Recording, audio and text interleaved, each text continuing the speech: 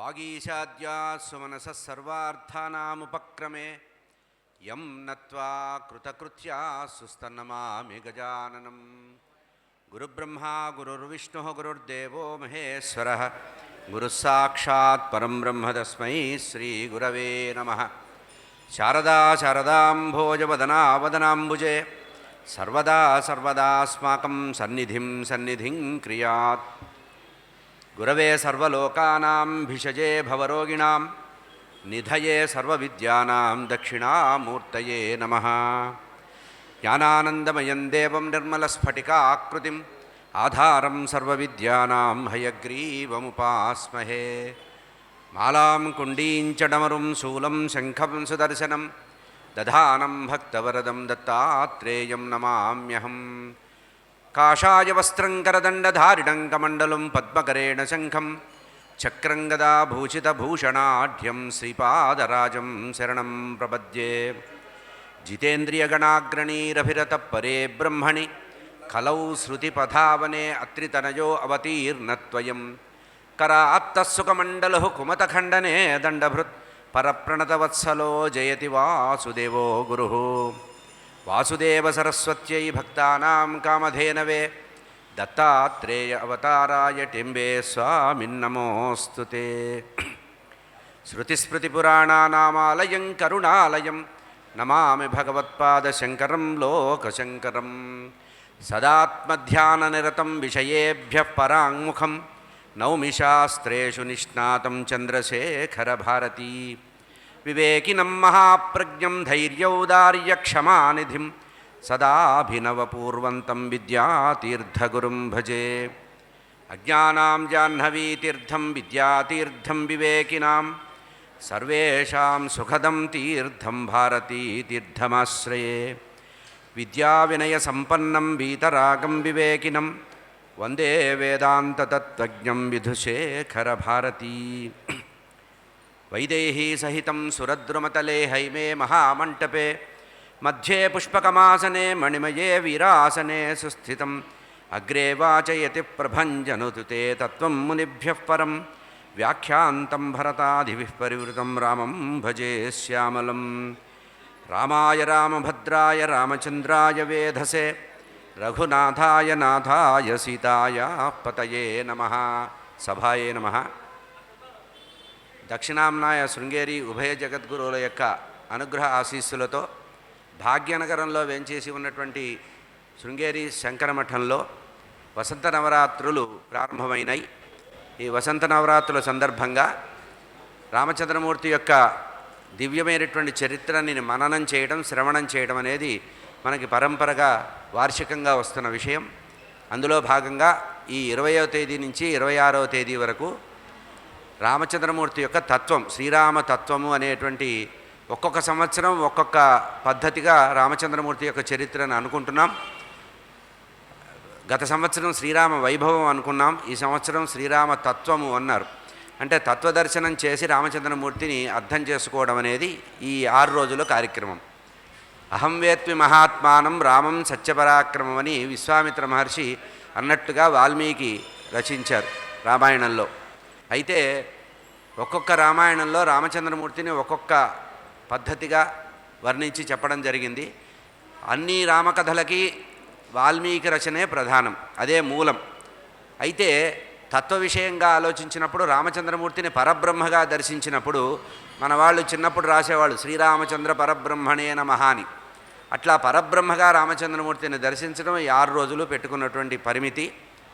దీనికి అధ్యాత్మ రామాయణాన్ని ఆసరాగా తీసుకోవడం జరిగింది. అధ్యాత్మ రామాయణంలో రామచంద్రమూర్తిని పరతత్వంగా, పరమాత్మగా, పరబ్రహ్మగా కూడా నిరూపించడం జరిగింది.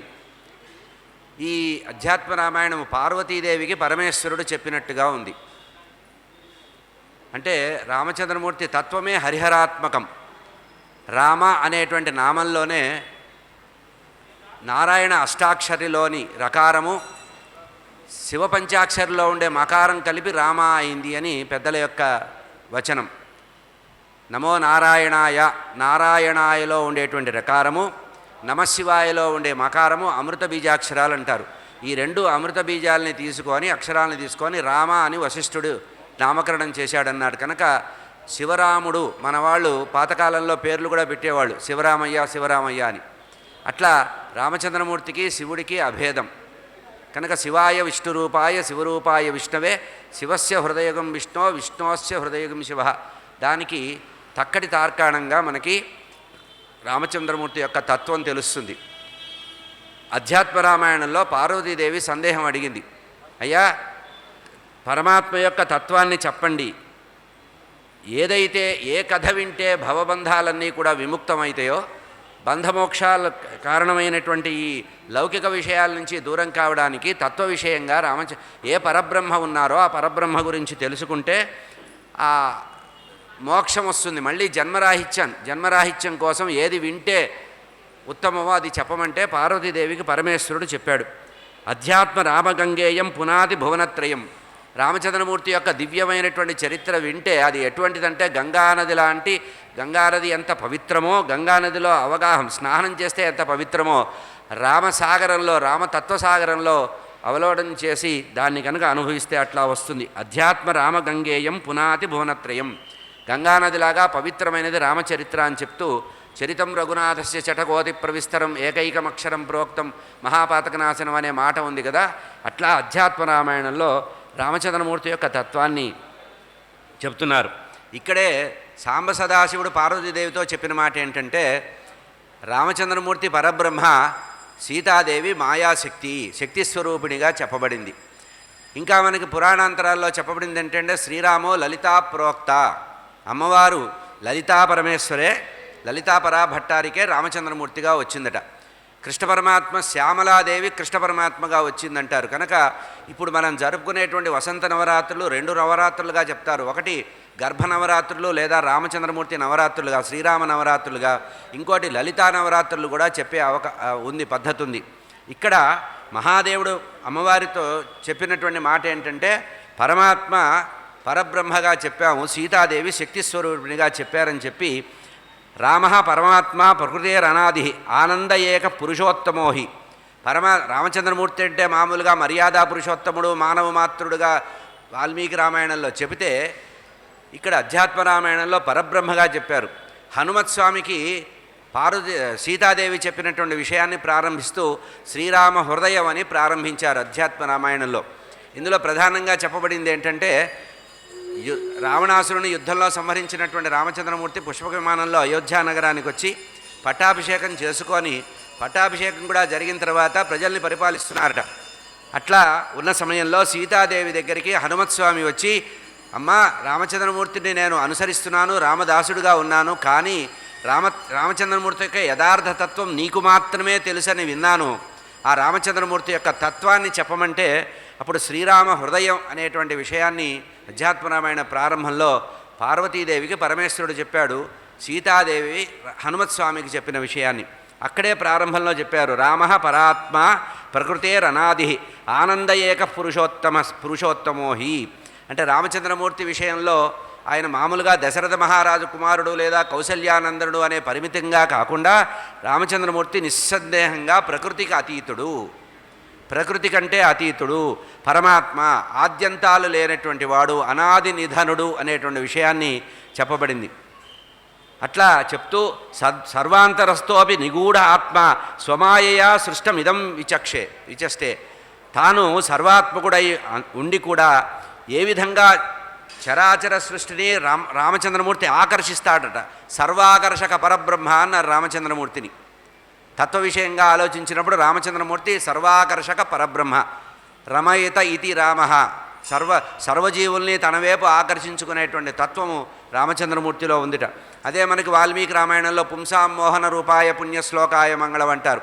పురుషుడు కూడా మోహించేటువంటి తత్వం రామచంద్రమూర్తిలో ఉన్నది అనే విషయం.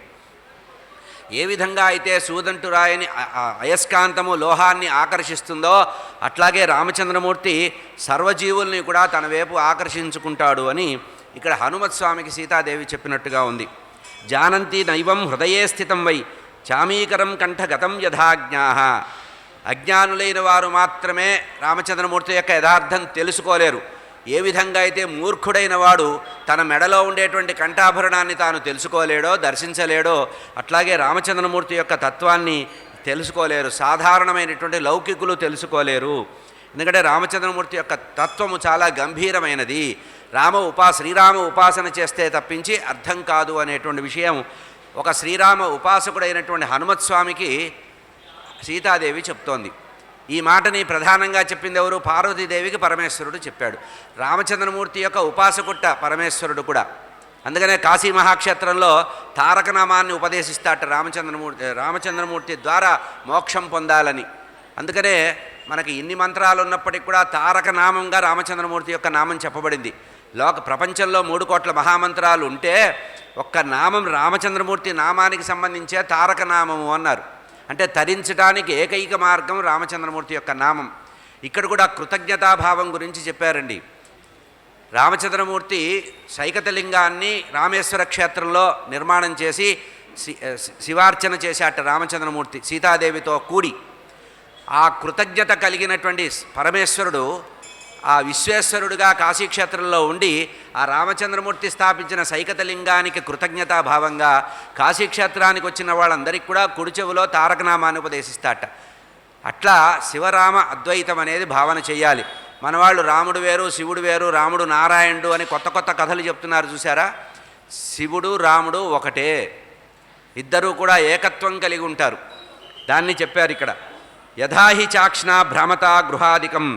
మనిషి సంసార తాపత్రయాలతో ఉంటూ రామచంద్రమూర్తి యొక్క యథార్థ తత్వం తెలుసుకోలేరు. రామచంద్రమూర్తి స్వచ్ఛమైనటువంటి చిద్ఘన పదార్థం అని చెప్పారు. ఇక్కడ పార్వతీదేవికి పరమేశ్వరుడు మళ్ళీ గుర్తు చేస్తున్నాడు. సీతారామ మరుత్సంవాదమేకం మోక్ష సాధకం. సీతారాములు హనుమత్స్వామితో కలిసి చేసినటువంటి సంవాదము మోక్ష సాధకం అన్నారు. రామచంద్రమూర్తి యొక్క కథ వింటే అది మోక్షానికి పర్యాయిగా అవుతుందట. పురా రామాయణే రామో రావణం దేవకంటకం హత్వారణే రణశ్లాఘి సపుత్ర బలవానహం. రామచంద్రమూర్తి దుష్టుడైనటువంటి సీతాపహరణం చేసిన రావణాసురుణ్ణి సకుటుంబంగా సంహరించి ఆ తర్వాత ససైన్యంగా సవాహనంగా సుగ్రీవాదులతో కలిసి సీతారామ లక్ష్మణులు హనుమదాదులతో కలిసి అయోధ్యానగరానికి వచ్చారు అని చెప్పి ఇందాక మనవి చేసిన విషయాన్ని చెప్తున్నారు పరమేశ్వరుడు పార్వతీదేవితో. ఇట్లా వచ్చిన తర్వాత అభిషిక్త రామచంద్రమూర్తికి పట్టాభిషేకం అయిన తర్వాత సింహాసనే సమాసీన కోటి సూర్య సమప్రభ. కోటి సూర్య సమప్రభుడైనటువంటి రామచంద్రమూర్తి దివ్యమైనటువంటి నిర్మలమైనటువంటి ఆ అయోధ్యా నగరాన్ని పరిపాలించిన పూర్వరాజుల యొక్క చరిత్రలో పరంపరలో పిత్రార్జితమైనటువంటి రాజ్యాన్ని పరిపాలిస్తూ సింహాసనంలో కూర్చున్న సందర్భంలో హనుమంతం ప్రాంజలిం పురతస్థితం. ఆంజనేయ స్వామి వచ్చి సీతాదేవితో వినయంగా ప్రార్థించారట. కృతకార్యం నిరాకాంక్షం జనాపేక్షం మతిం. అసలు సాధారణంగా హనుమత్స్వామే మతిమంతుడు బుద్ధిమంతుడు అన్నారు. హనుమద్ ఉపాసన చేస్తేనే బుద్ధి వైభవం వస్తుందన్నారు. బుద్ధిర్బలం యశోధైర్యం నిర్భయత్వం అరోగితామని. అటువంటి హనుమత్స్వామి అమ్మవారిని అడిగారు, సీతామాతని అడిగారట. రామసీతామువాచేదం బ్రూహితత్వం హనుమతే. రామతత్వాన్ని తెలియకోరి హనుమత్స్వామి సీతాదేవిని అడిగారట. ఎందుకంటే హనుమత్స్వామి ఎందుకు అడిగాడు అంటే రామచంద్రమూర్తి యొక్క తత్వాన్ని లోకానికి వ్యక్తం చేయడానికి. నిజంగా యథార్థంగా తెలియంది కాదు. శ్రీమద్ రామాయణంలో కిష్కింధాకాండలో మొట్టమొదటిసారి హనుమత్స్వామి రామచంద్రమూర్తిని చూసినప్పుడే రామచంద్రమూర్తి యొక్క గొప్పతనాన్ని గమనించాడు.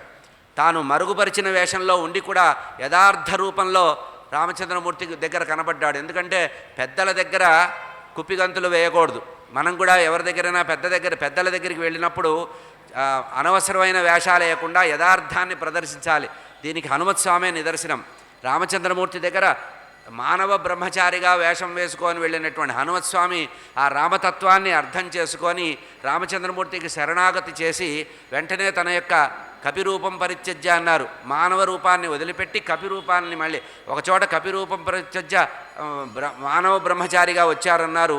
ఆ తర్వాత మానవ రూపాన్ని వదిలిపెట్టి తన యథార్థ రూపానికి వచ్చారన్నారు. అటువంటి వారు అడుగుతున్నారు, అమ్మా రామచంద్రమూర్తి యొక్క యథార్థ తత్వాన్ని శ్రీరామతత్వాన్ని నాకు ఉపదేశించమంటే అప్పుడు రామచంద్రమూర్తి యొక్క తత్వాన్ని శ్రీరామ హృదయాన్ని చెబుతోంది సీతామాత హనుమత్స్వామికి చెప్తున్నట్టుగా పార్వతీదేవికి పరమేశ్వరుడు చెప్తున్నాడు.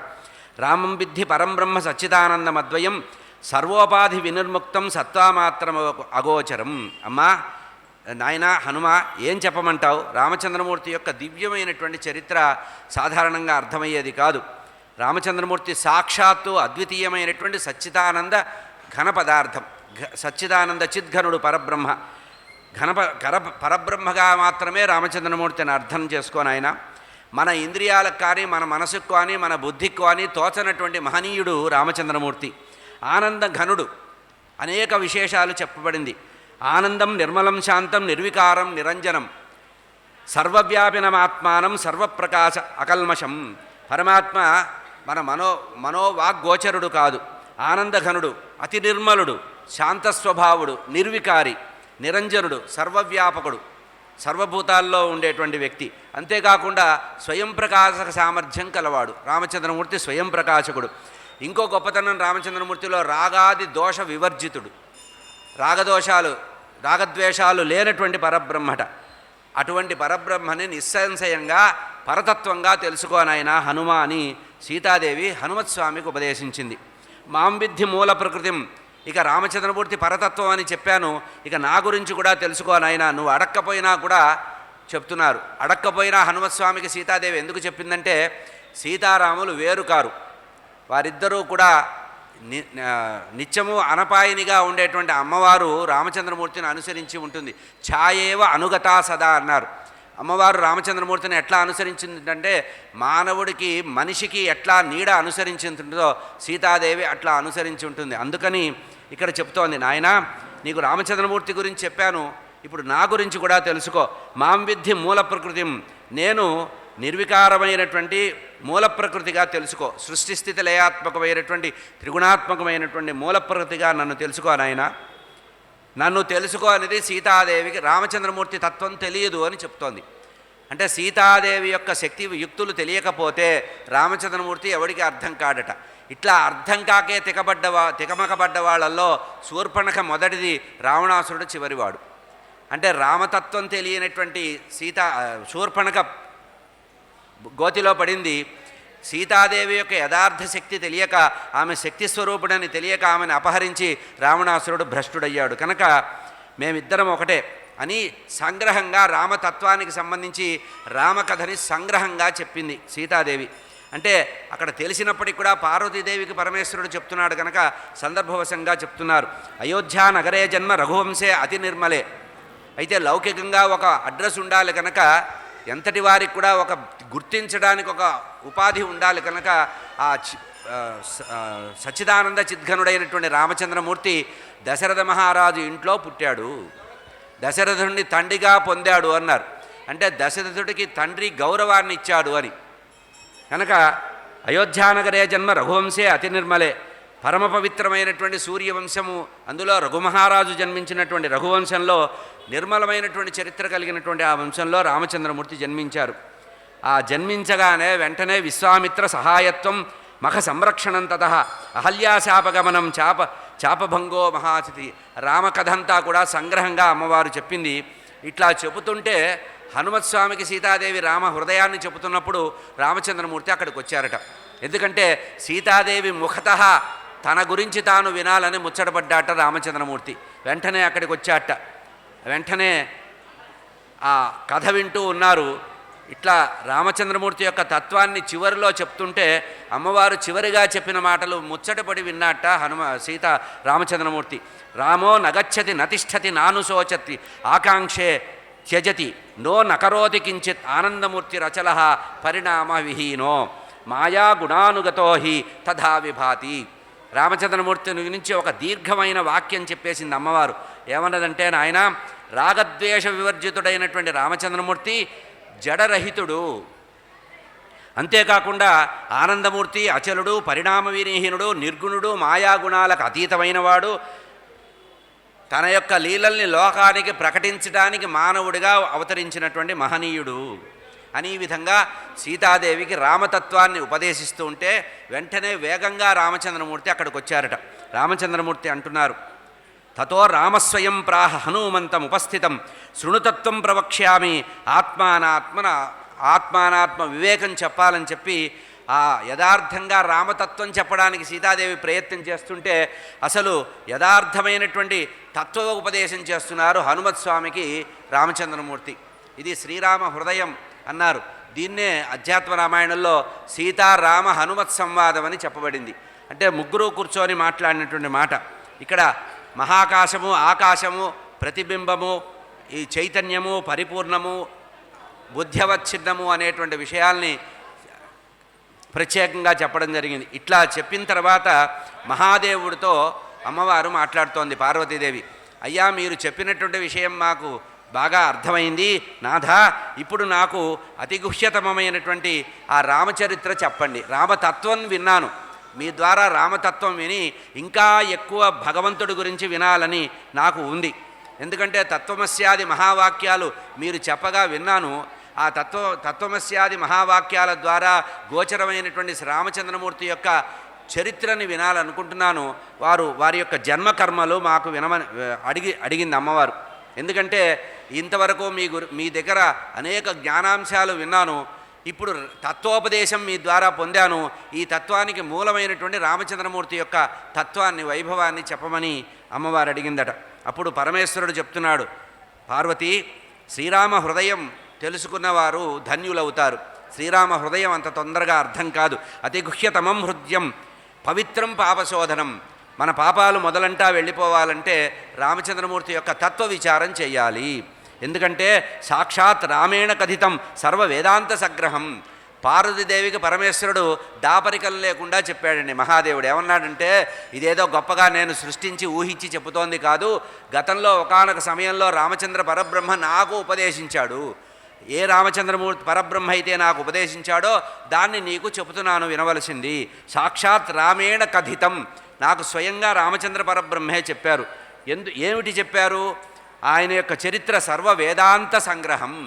రామచంద్రమూర్తి చరిత్ర ఏదో కట్టాడు, కొట్టాడు, తెచ్చాడు అని చెప్పడం కాదు, అది సర్వ వేదాంత సంగ్రహం. రామచంద్రమూర్తి యొక్క తత్వము ఎప్పటే సతతం భక్త్యా స ముక్తో నాత్ర సంశయ. ఎవరైతే ఆ రామచంద్రమూర్తి ద్వారా నేను తెలుసుకొని నేను నీకు చెప్పింది ఎవరైతే వింటారో, అధ్యయనం చేస్తారో, వాళ్ళకి ముక్తి కలుగుతుంది, మోక్షానికి ఉపాయం అవుతుంది అన్నారు. ఎందుకంటే రామచంద్ర హృదయము చాలా గొప్పది, విశాలమైనది. యోగీశ్వరులకు కూడా దుర్లభమైనటువంటి రామచంద్రమూర్తి యొక్క తత్వాన్ని నువ్వు అడుగుతున్నావు కనుక నీకు చెప్తున్నాను అన్నారు. మళ్ళీ పార్వతీదేవి పరమేశ్వరుణ్ణి ప్రార్థించింది, అయ్యా, నేను ధన్యురాలనయ్యాను. మీరు నేను కొంచెంగా ప్రశ్నిస్తే నాకు అనంతమైనటువంటి రామతత్వాన్ని చెబుతున్నారు. నాకు రామతత్వ అమృత సాగరంలో ఓలలాడాలనుంది. రామతత్వామృత సాగరము అది నేను వినాలనుంది. పిబంత్యమే మనోదేవ న తృప్యతి భవానః. ఇంతవరకు మీరు చెప్పినటువంటి రామతత్వము సంగ్రహంగా వేగంగా చెప్పారు కనుక నాకు సమగ్రంగా అర్థం కావటం లేదు. ఇప్పుడు శ్రీరామస్య కథాతత్వ శృతా సంక్షేపతో మయా. ఇంతవరకు మీరు అతి సంక్షేపంగా సూక్ష్మంగా తత్వాన్ని చెప్పారు. ఇదానీం శ్రోతుమిచ్చామి విస్తరేణ స్ఫుటాక్షరం. చక్కటి అందమైనటువంటి మధురాక్షరాలో స్పష్టమైనటువంటి వాక్యాలతో రామతత్వాన్ని మీ నోటి ద్వారా వినాలని కోరుతున్నాను అని మహాదేవుణ్ణి మహాదేవి ప్రార్థించింది. శృణుదేవి ప్రవక్ష్యామి గుహ్యాత్ గుహ్యతరం మహత్. సరేనమ్మా, నువ్వు అడిగావు కనుక గతములో నాకు రామచంద్ర పరబ్రహ్మే స్వయంగా చెప్పినటువంటి అతి గుహ్యమైనటువంటి అధ్యాత్మ రామచరితాన్ని పురా రామేణోక్తం, గతంలో రామచంద్రమూర్తి నాకు చెప్పింది నేను నీకు చెప్పడానికి ప్రయత్నిస్తాను అన్నారు. పరమేశ్వరుడు కూడా ప్రయత్నిస్తాను అన్నాడు రామతత్వం చెప్పడానికి.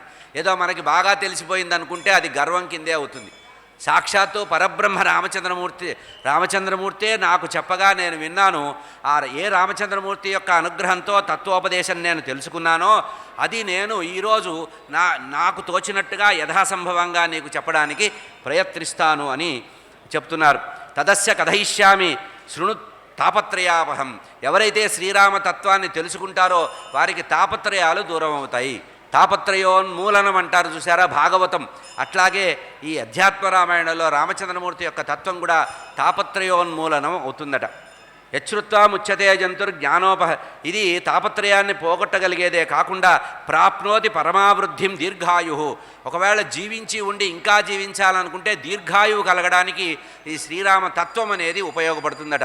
రామచంద్రమూర్తి యొక్క చరిత్రని మననం చేస్తే ఆయుర్వృద్ధి జరుగుతుందట, ఆయుష్ పెరుగుతుంది. చివరిదాకా భోగ వైభవాలతో జీవించి చివరికి జన్మలేనటువంటి జన్మరాహిత్యం కలుగుతుంది రామచంద్రమూర్తి వల్ల. ఇక కథలో ప్రారంభిస్తున్నారు సంగ్రహంగా. భూమిర్భారేణ మగ్నాః దశవదన ముఖేషున. భూభారం బాగా పెరిగిందట ఆ సమయంలో.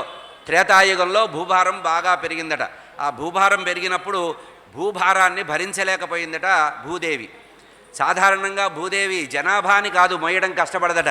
ఎంత జనాభా ఉన్నా కూడా భూమి భరిస్తుందట. కానీ అధర్మపరులైన వాళ్ళు, దుర్మార్గులు, దుష్టులు, ద్రోహులైనటువంటి వారిని భూమి మోయదు. ఇప్పుడు మనం చూస్తున్నాం, యుద్ధం జరుగుతోంది. ద్రోహుల పరస్పర యుద్ధం అది. ఇద్దరు ద్రోహులు కొట్టుకుంటే ఎట్లా ఉంటుందో అంత ముచ్చటగా జరుగుతోంది. కనుక ఎక్కడైతే దుర్మార్గులు, దుష్టులు, అహంకారులు, దురాచారపరులు ఉంటారో వారి వల్ల భూమి భారం అవుతుందట. భూమికి ఏది బరువు అంటే జనాభా కాదు, ధర్మాన్ని వదిలిపెట్టిన వాళ్ళు, అధర్మ ప్రవర్తకులు ఉన్నప్పుడే భూభారం ఏర్పడుతుంది. కనుక భూమిర్భారేణ మగ్నానాం, భూభారం చేత బాగా తపిస్తున్నటువంటి, బాధపడుతున్నటువంటి భూదేవి ధృత్వా గోరూపం, ఒక గోరూపాన్ని ధరించి భూదేవి గోమాతగా మారిపోయి సత్యలోకానికి వెళ్ళిందట. సత్యలోకానికి వెళ్ళి బ్రహ్మగారితో మొరపెట్టుకుంది. లోకం రుదంతి, గత్వాలోకం రుదంతి, ఏడుస్తూ వెళ్ళిందట అక్కడికి. పెద్ద పెట్టున ఏడుస్తూ గోరూపంలో ఉండేటువంటి భూదేవి అక్కడికి వెళ్ళిందట. వెళ్ళి స్వామితో, ఆ బ్రహ్మగారితో, బ్రహ్మణే ప్రాహ సర్వం బ్రహ్మాధ్యాత్వా ముహూర్తం, ఒక క్షణకాలం పాటు భూదేవి చెప్పినటువంటి ఆవేదనాభరితమైనటువంటి మాటలన్నీ విని ఒక ముహూర్తకాలం బ్రహ్మగారు కూడా ఆలోచించాట. చతుర్ముఖుడైన బ్రహ్మగారు కూడా 4 తలకాయలతో 8 చెవులతో ముహూర్తకాలం ఆలోచించాట. విని ఆలోచించాట. అంత శ్రద్ధగా విన్నటువంటి బ్రహ్మగారికి కూడా ఈ భూభారం ఎట్లా తగ్గించాలో అర్థం కాక ఒక ముహూర్తకాలం ఆగాట. ఈ ముహూర్తకాలం ఆగడం అనేది శాస్త్ర మర్యాద అండి. శ్రీమద్ రామాయణంలో కూడా మీరు ఆలోచించినప్పుడు ప్రతి సందర్భంలో కూడా పాత్రలు మాట్లాడేటప్పుడు రామచంద్రమూర్తి కానీ, సీతాదేవి కానీ, లక్ష్మణస్వామి కానీ, హనుమత్స్వామి కానీ, సుందరకాండలో కూడా ఈ మాట ముహూర్తం ఆలోచించారంటారు. అంటే అర్థం ఏంటంటే ఎవరైనా ఏదైనా చెప్పినా, ఏదైనా మాట్లాడినా, ఏదైనా కలహించినా ఒక ముహూర్తకాలం మనం మౌనంగా ఉండి మననం చేసి మాట్లాడాలి. మాట్లాడే ముందు మౌనం చాలా ప్రధానంట. ఎవరైనా మాట్లాడేటప్పుడు మౌనంగా వినాలి. విన్న తర్వాత ఒక ముహూర్త కాలము మననం చేయాలి. వాడు మాట్లాడింది ఏమిటి, ఆ మాట్లాడిన దానికి ఉపశమనం ఏం చేయాలి. దాడి చేయడానికి ఆగక్కర్లా. వాడు తిట్టు తిడితే మనం 3 తిట్టు తిట్టచ్చు. ఎప్పుడైనా ఉత్తమమైనటువంటి సంస్కారవంతమైనటువంటి శ్రవణం కానీ, మన అభివ్యక్తి కానీ చేసేటప్పుడు ముహూర్త కాలం ఆగాలట. ఒక ముహూర్త కాలం మౌనంగా ఉన్నట్ట బ్రహ్మగారు. బ్రహ్మాధ్యాత్వా ముహూర్తం, ధ్యానం చేశాట. మౌనంగా ఉండడమే కాదు, ఆ పరబ్రహ్మ గురించి ధ్యానం చేశాడు. ఎవరా పరబ్రహ్మ? వైకుంఠ నారాయణమూర్తి గురించి ఆలోచించారట. వెంటనే ఆలుకున్నాడు, ఇక్కడ నేను చేయగలిగేదేం లేదు, ఈమెకి ఉపశమనం నేను చేసేదేం లేదు అని వెంటనే తస్మాత్ క్షీరసముద్ర తీరమగమాత్, పాలసముద్రాన్ని దగ్గరికి వెళ్ళిపోయాట. ఈ గోరూపంలో ఉండే భూదేవిని తీసుకొని తాను కొంతమంది దేవతల్ని కూడా వెంట తీసుకొని ఆ ముహూర్త కాలంలో ఆలోచించిన వాడు కాస్త ఆ పాలసముద్ర మధ్యలో ఉండేటువంటి వైకుంఠానికి వెళ్ళాట. వెళ్ళిపోయి అక్కడ స్వామిని వైకుంఠ ద్వారం దగ్గర నిలబడ్డాడు. ఒకటి గమనించండి, ఏదో వైకుంఠం చేరాడు వెళ్ళిపోయారు, బరబరా లోపలికి వెళ్ళిపోయారంటారు. వైకుంఠంలోకి అంత తొందరగా ఎవరికీ ప్రవేశం లేదన్నారు. మనకి సనక సనందనాథుల కథలో కూడా తెలుస్తుంది. ఎవరైతే శుద్ధ సత్వ సంపన్నులై ఉంటారో వారికే వైకుంఠంలో ప్రవేశమట. ఏదో ఊర్ధ్వపుండ్రాలు పెట్టుకున్నంత మాత్రాన వైకుంఠానికి వెళ్ళలేరు. శుద్ధ సత్వస్వరూపం ఉండాలట. ఎవరిని ద్వేషించకుండా సత్వగుణ ప్రధానులై శుద్ధ సత్వస్వరూపుడైన వాడు గుణసంపన్నుడు మాత్రమే వైకుంఠంలోకి వెళ్ళగలడు. బ్రహ్మగారు కూడా రజోగుణాన్ని ఆశ్రయించే సృష్టి చేస్తాడు కదా. అటువంటి బ్రహ్మగారు కూడా గోరూపంలో ఉండేటువంటి భూదేవిని తీసుకొని కొంతమంది దేవతా ప్రముఖుల్ని తీసుకొని వైకుంఠ ద్వారానికి వెళ్ళాట. వైకుంఠ ద్వారానికి వెళ్ళి అక్కడ నిలబడి స్వామిని సర్వజ్ఞమీశం హరిం, సర్వజ్ఞుడైనటువంటి ఆ పరబ్రహ్మ నారాయణమూర్తిని, వైకుంఠ నారాయణమూర్తిని ప్రార్థించాడు, స్తోత్రం చేశాట. ఏం స్తోత్రం చేశాడయ్యా అంటే దానికి కూడా చెప్తున్నారు. పురాణోక్తమైనటువంటి, అంటే పురాణాల్లో ఉండేటువంటి నానా అవతారాల విశేషాలు తెలుసుకొని నారాయణమూర్తి యొక్క అద్భుతమైనటువంటి గుణాలన్నీ కూడా స్తోత్ర రూపంలో చేశాట. భక్త్యా గద్గయదయాగిర, గొంతు బొంగురుపోతోంది భయంతో, భక్తితో వినమ్రుడై చేతులు కట్టుకొని బ్రహ్మగారు చేతులు కట్టుకున్నాడు. అక్కడ వాయు వరుసలు లేవు, అయ్యా కొడుకుల బాధలు లేవు, అక్కడ ఉండేది స్థితి. కనుక బ్రహ్మగారు స్వయంగా విష్ణుమూర్తికి కొడుకు అయినప్పటికీ కూడా, కుమారుడైనప్పటికీ కూడా అక్కడ బొంగురు గొంతుతో భక్త్యా గద్గదయాగిర ఆనంద బాష్పాల్ని వర్షిస్తూ పరమాత్మని స్తోత్రం చేస్తున్నాడు. ఎట్లా ఉన్నట పరమాత్మ? పుణ్యహీనులు దర్శించలేనటువంటి ఆ పరబ్రహ్మట. వైకుంఠనారాయణమూర్తి పుణ్యం లేనివాడు, ఏ కొంచెమైనా పుణ్యం లేనివాడు కలలో కూడా వైకుంఠనారాయణమూర్తిని దర్శించలేరట. అతి దుర్లభమైనటువంటి ఆ స్వరూపం ఉందే, ఆ పరబ్రహ్మ రూపాన్ని చూడాలనేటువంటి కోరికతో పరమాత్మ గురించి ఆలోచించాట. అప్పుడు వెంటనే ఎప్పుడైతే ఆవేదనతో హృదయ సమర్పణతో ఆ బ్రహ్మగారు స్తోత్రం చేశారో వైకుంఠనారాయణమూర్తి అక్కడ ప్రత్యక్షమయ్యారట, ప్రకటమయ్యారు అన్నారు. అంటే వైకుంఠ ద్వారం దగ్గరే కనబడ్డారు. కనబడి వెంటనే స్మితాస్యం పద్మలోచనం, చిరునవ్వు చెరగదుట. పరమాత్మ విష్ణుమూర్తి యొక్క పెదవుల మీద చిరునవ్వు చెరగదుట. స్మితాస్యం కిరీటహార కేయూర కుండలై శ్రీవత్స కౌస్తుభ ప్రభయాన్వితం. కిరీటం పెట్టుకొని ఉన్నట్ట, హారకేయూరాలు, మకర కుండలాలు, చక్కగా శరీరంగా పుష్టిగా మొత్తం శరీరం నిండా ఆభరణాలతో నిండి ఉందట. శ్రీవత్స కౌత్సుభం విరాజిల్లుతో ఉందట. సనక సనందనాది మహర్షులందరూ కూడా స్తోత్ర పాఠాలు చేస్తున్నారట.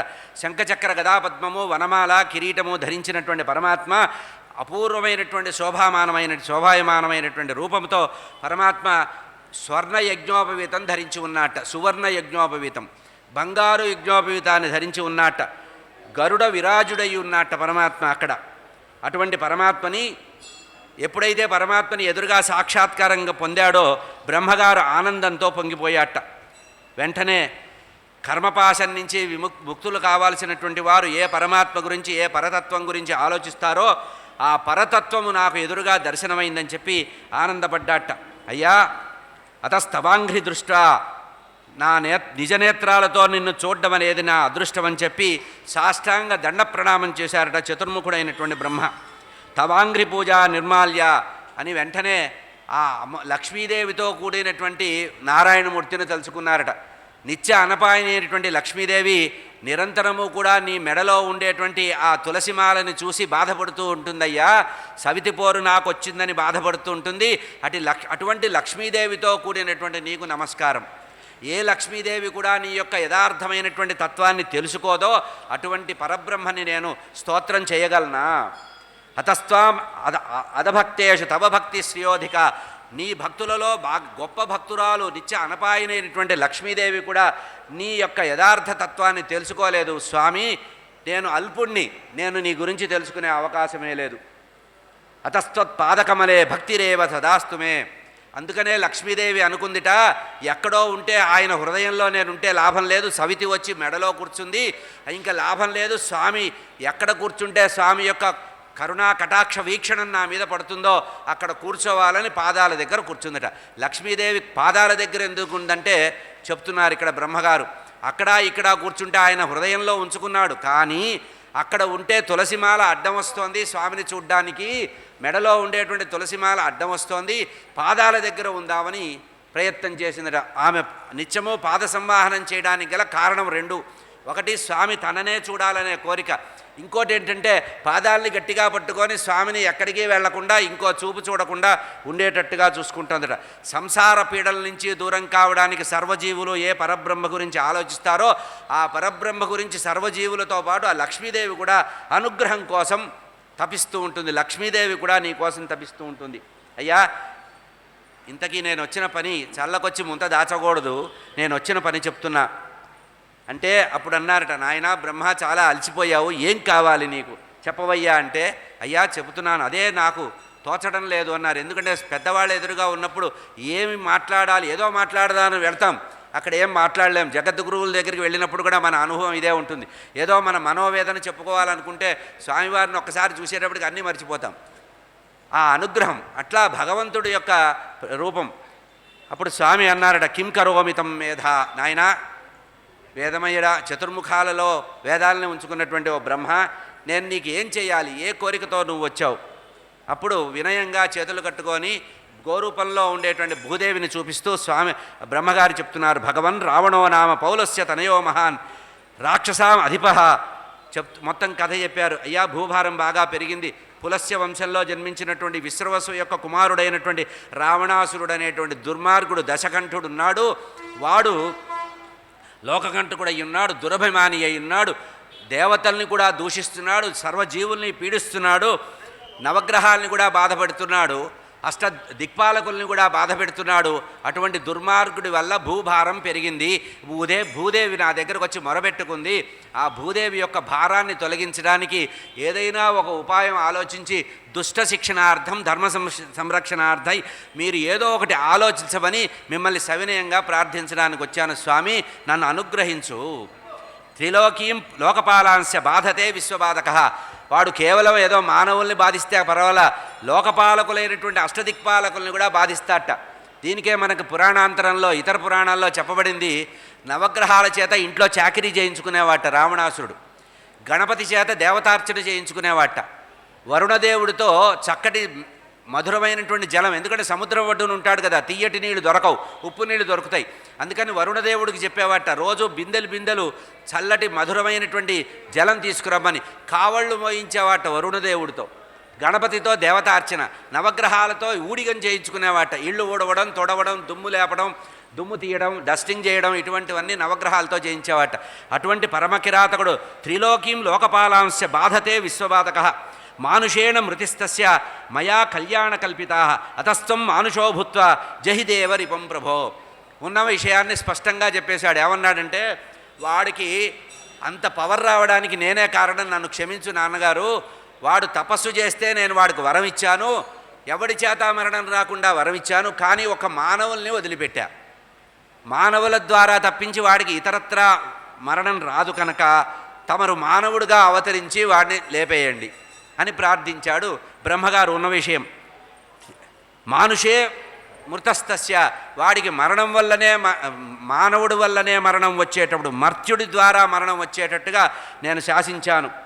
మమ కళ్యాణ కల్పిత, ముందు చూపుతో వాడికి మానవుడి ద్వారానే మరణం వచ్చేటప్పుడు నేను కల్పించా, వాడికి మాయ కలిగించా. అంటే మానవుడితో మరణం వస్తుందని చెప్పలా, వాడికి ఎవరి ద్వారా మరణం రాకూడదో కోరుకోమంటే వాడు అందరినీ కోరుకొని మనుషుల్ని నిర్లక్ష్యం చేశాడు. ఎక్కడ నిర్లక్ష్యం జరుగుతుందో పరమాత్మ లక్ష్యం అక్కడ ఉంటుంది. మమ మాయ దురత్యయ, పరమాత్మ యొక్క మాయ. మీరు నృసింహావతార విషయంలో కూడా హిరణ్యకశిపుడు తపస్సు చేసినప్పుడు అన్నీ కోరుకున్నాడు.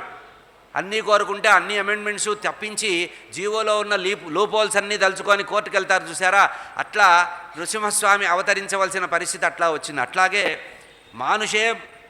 మానవుడి ద్వారా మాత్రమే అతని యొక్క మరణాన్ని నేను కల్పించాను. అతస్త్వం మానుషో భూత్వ, కనుక పరమాత్మ, ఓ పరబ్రహ్మ, నువ్వు మానవ రూపంలో వచ్చి అవతరించవలసింది. జహిదేవ రిపం, దేవశత్రువైనటువంటి రావణాసురుణ్ణి నువ్వు మానవ రూపంలో, మనుష్య రూపంలో అవతరించి వాడిని సంహరించవలసింది. అప్పుడు వెంటనే వైకుంఠ నారాయణమూర్తి చెప్తున్నారు, అయ్యా ఇదంతా జరగవలసిందే, కార్యకారణ సంబంధమే.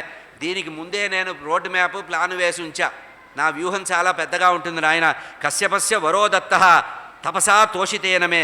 గతంలో ఒకానొక సందర్భంలో కశ్యప ప్రజాపతి తపస్సు చేస్తే ఆ కశ్యపుడికి వరం ఇచ్చా, నేను నీ కొడుగ్గా పుడతానని.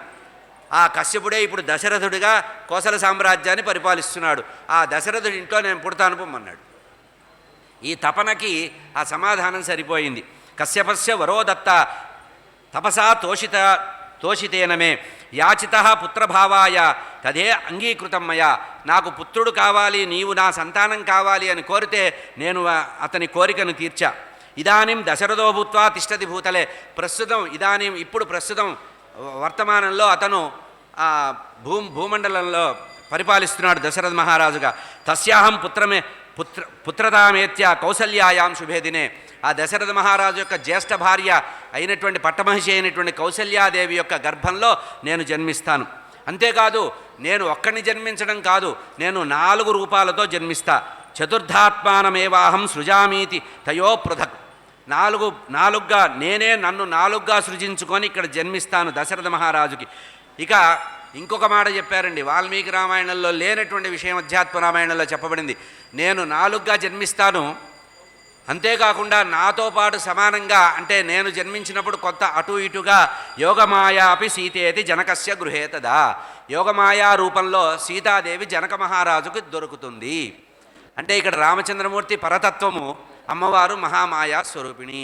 అమ్మ యోగమాయేతి సీతేతి జనకస్య గృహే తదా ఉత్పత్స్యతే తయా సార్ధం సర్వం సంపాదయామ్యహం. నీ మనసులో ఏదైతే గంభీరంగా కోరిక ఉందో ఆ కోరికని పూర్తిగా నెరవేర్చడానికి నేనే స్వయంగా భూమి మీద అవతరిస్తా. నా యొక్క నిత్య అనపాయనైనటువంటి లక్ష్మీదేవి యోగమాయా రూపంలో ఉండేటువంటి ఆమె సీతాదేవిగా జనక మహారాజుకు మిథిలా నగరంలో జన్మిస్తుంది. నేను నీవు కోరినటువంటి సమస్తమైనటువంటి నీ యొక్క మానసికమైనటువంటి తాపాన్ని పోగొట్టి నీకు నేను దుష్ట శిక్షణ చేయడానికి అభయం ఇస్తున్నాను. ఇత్యుక్త్వా అంతర్ధతే విష్ణుర్బ్రహ్మ దేవాన. ఈ విధంగా ఆ మహావిష్ణువు బ్రహ్మగారికి వైకుంఠ ద్వారం దగ్గర ఈ విధంగా అభయం ఇచ్చి వెంటనే అక్కడి నుంచి అంతర్ధానం పొందారట. ఎప్పుడైతే బ్రహ్మగారు మహావిష్ణువు అంతర్ధానం చెందారో బ్రహ్మగారు అక్కడ తన వెంట వచ్చినటువంటి గోరూపంలో ఉండే భూదేవికి కొంత పరివారంగా ఉండేటువంటి దేవతలతో ఒక మాట చెప్తున్నారు. విష్ణుర్మానుషరూపేణ భవిష్యతి రఘోకులే. అయ్యా ఇప్పుడే స్వామివారు మాట్లాడారు. స్వామివారు విష్ణుమూర్తి యొక్క అనుగ్రహం జరిగింది. వైకుంఠ నారాయణమూర్తి భూమి మీద మానుష రూపంలో అవతరిస్తారు. భవిష్యతి రఘోకులే, రఘువంశంలో భవిష్యత్తులో అతను జన్మించబోతారు. ఇక మీకు కూడా కొంత శాసనం చేస్తున్నాను. ఏ మహావిష్ణువు అయితే భూమి మీద మానవుడుగా దశరథ మహారాజు సంతానంగా జన్మిస్తారో వారి యొక్క అవతార ప్రయోజనం నెరవేర్చడానికి దుష్ట శిక్షణలో సహాయ సహకారం చేయడానికి మీరందరూ కూడా యూయం సృజద్వ సర్వేపి వానరేభ్యో భవిష్యతి. మీరందరూ కూడా రామచంద్రమూర్తి దుష్ట శిక్షణ చేసే సమయంలో అతనికి సహకరించడానికి మీరందరూ కూడా వానర రూపాలుగా జన్మించండి అని దేవతలందరికీ కూడా భూమి మీద మానవులుగా జన్మించమని వానర రూపంలో జన్మించమని శాసనం చేశారు. ఈ విధంగా దేవాస్య సర్వే హరిరూపధారిణ. కనుక ఎప్పుడైతే బ్రహ్మగారి ఆదేశం ఉందో బ్రహ్మగారి ఆదేశం ప్రకారం వెంటనే ఆ దేవతలందరూ కూడా భూమి మీద రామచంద్రమూర్తి కంటే ముందే వానర రూపంలో వానర గోలాంగూల పరివారంగా స్థితా సహాయార్థం రామచంద్రమూర్తికి దుష్ట శిక్షణ విషయంలో ఏదో సహాయం చేద్దామని వాళ్ళు బయలుదేరారట. మహాబలాహ, వీళ్ళు పుట్టిన వాళ్ళు ఎట్లాంటి వాళ్ళట, బలాల కలవాళ్ళు, ఆయుధాలు అవసరం లేని వాళ్ళట, పర్వతాలే ఆయుధాలుగా చెట్లే ఆయుధాలుగా కలిగినటువంటి అటువంటి అతిబల మహాబలులైనటువంటి వారందరూ కూడా భూమి మీద జన్మించారు అనేటువంటి విషయం చెప్పబడింది. రేపటి రోజున రామచంద్రమూర్తి యొక్క జనన అవతార ఘట్టాన్ని 6:15 రేపు ప్రారంభిస్తాను. మొదటి 2 రోజులు మన కార్యక్రమము 6:15 నుంచి సరిగ్గా 7 గంటల వరకు ఉంటుంది. తర్వాత 3వ రోజు నుంచి 6వ రోజు వరకు 8 గంటల వరకు ఉంటుంది. ఇప్పుడు ప్రస్తుతము ఇంకొక విశేష కార్యక్రమం శృంగేరి జగద్గురువుల యొక్క అనుగ్రహ ఆశీస్సులతో జరుగుతోంది. ఆ కార్యక్రమాన్ని కూడా శ్రవణం చేసి మీరందరూ ఇక్కడి నుంచి కదులుగాక. స్వస్తి ప్రజాభ్య పరిపాలయంతాం న్యాయేన మార్గేణ మహిమహీషాః గోబ్రాహ్మణేభ్య శుభమస్తు నిత్యం. లోకాః సమస్తాః సుఖినో భవంతు. కాలే వర్షతు పృథివీ సస్యశాలిని. దేశోయం క్షోభరహితః బ్రాహ్మణాः సంతు నిర్భయాः. అపుత్రాः పుత్రిణः సంతు పౌత్రిణः. అధనాः సధనాः సంతు జీవంతు శరదాం శతం.